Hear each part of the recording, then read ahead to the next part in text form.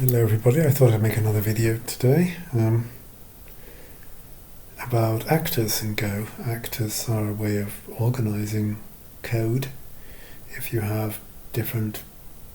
program has to do different tasks, it's doing different tasks which have different constraints in time, which are reactive to some degree. They are given signals which tell them to act, and they run in different threads, and you need some way of coordinating them. Where you can use your intuition to do so. The basic actor model was developed by someone called Tony Hoare in about 1980, somewhere around then, and called them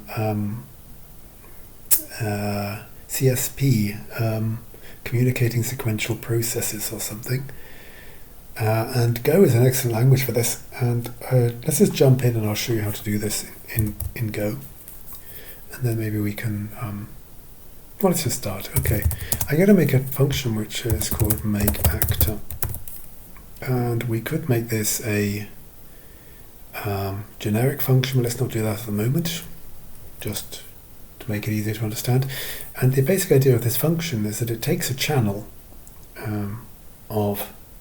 let's say it takes a channel of integers and it returns a channel of strings, and we want to give this function makeActor, we want to give it the in channel, we want to give it the function which it should perform on each integer, transforming it in some way to a string, and then it should return the out channel, which is a channel of strings. So let's see how to do this. Let's take the in channel, which is a channel of ints, and it takes a function which is int to string, and it returns a channel of strings. Okay, let's see how to build this then. Let's make the return channel. This is the first thing we do, and then we start a new thread where we do the work, and at the end we're going to return this return channel.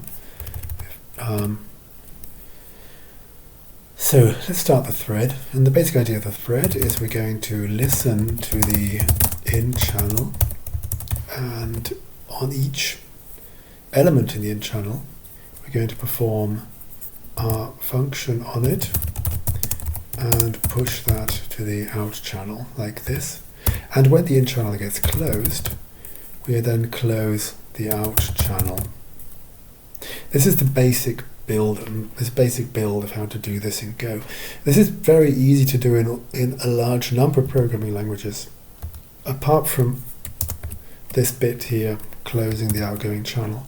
That's far more difficult to do in other programming languages, but I'll talk more about that later, why that's more difficult to do. Let's make sure I got this running. I haven't made any mistakes up to now. Good, it works. And let's get an example. Let's say int channel is equal to make chan of ints. Let's just get this running. Our actor, which is giving a string channel back, is equal to make actor. It takes the int channel and it takes a function which takes an int and returns a string, and let's have it return format sprintf. This is a string.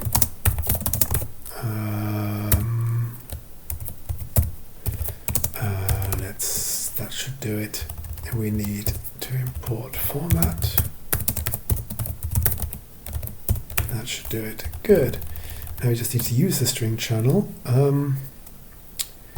Let's do for str in range string channel format.println str. Let's just print it, and let's put stuff into the int channel. I'm going to start a new thread to do this. For I is equal to no, I is less than 10, I plus plus, int chan. Let's put e into it, and this, if I haven't made a mistake, this should work. Routine sleep deadlock, I've made a mistake. I know what I did wrong. I didn't close the channel. Close int chan. Okay, that should do it. Yes, good. So this is something which Go also helps you with. It will catch if you've got threads. The problem here is we were blocking. It got to the end, there was nothing more to be given to the string channel, and it just blocked here, and Go said there's nothing going on in the program, but I'm waiting for something to happen. Basically, because I had forgotten here to close the channel going in, which then dropped you out of this for i's range in channel loop and closed the return channel. That's how it works. We can make this generic as well, which would be in Go, it would look like this. In channel would be a channel of S, function would be S to T, and it would return a T, and this would be a channel T. I think this will work. I don't do much generics in Go. Yes, that works. So you can make it generic as well. This is a basic idea, and you can imagine chaining a lot of these channels together. So you would take this string channel going out, you would put it into another channel. Let's put it into a capitals channel, or let's put it into a double channel. Is equal to make actor. It takes a string chan, func, string, and let's have a return a string. And what this function is, return format as printf twice string. Let's do that. And then we can try double channel here. What doesn't it like about that?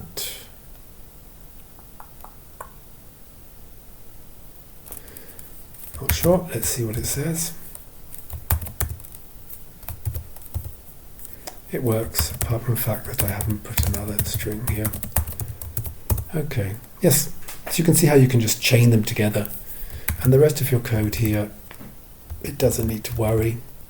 You build up what can be a net of channels, or a directed acyclic graph of actors.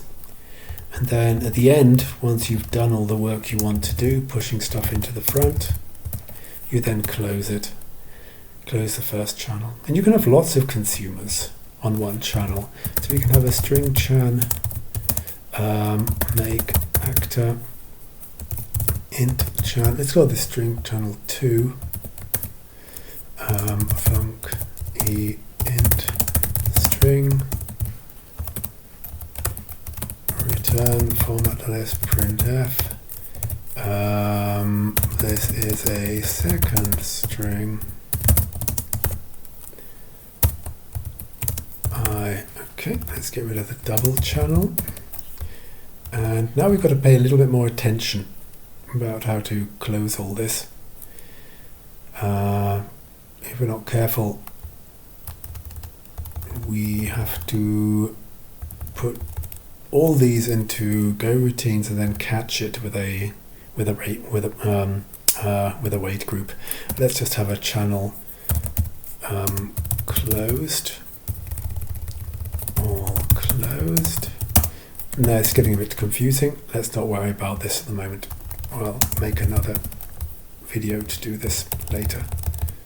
The basic problem is this will now block listening to the first string channel, and the second string channel will never be drained. So what you need to do is start this in a Go routine and start a listener for the second string channel, also in a Go routine. I see I'm going to end up just doing it just to show you how this works.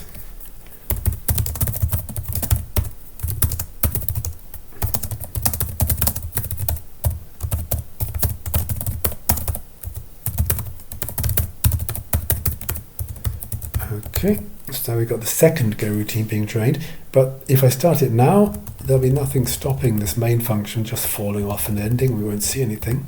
So instead we've got to make sure that we catch that.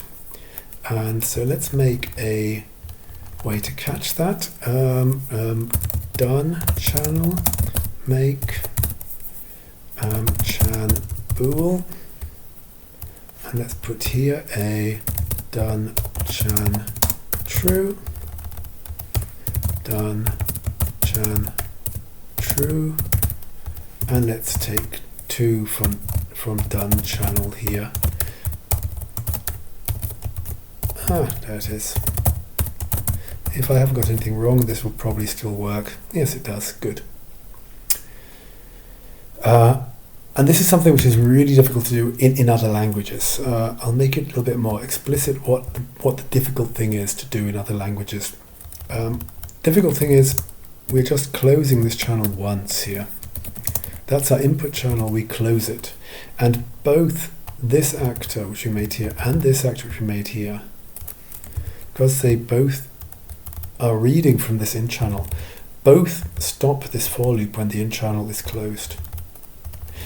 And one way which people often say you can imitate this in languages which don't have a close for the in channel, close for channels, is you can put a poison pill into the channel saying, yes, take I in range in channel, but if I happen to be minus 123, that means don't process it, but instead close, but instead leave, but instead shut down this thread. And push a close into your red channel, push a poison pill into a return channel. But if you've got lots of readers from a channel, that doesn't work. Because if I just here pushed one poison pill into the in channel, then maybe the first actor would get it or the second actor would get it, but the other actor wouldn't get one and would carry on reading. This is much more difficult to do in other languages. You can do it, but it's a lot of work. Okay, so I hope that's an interesting explanation of actors. Talk to you all soon. Bye.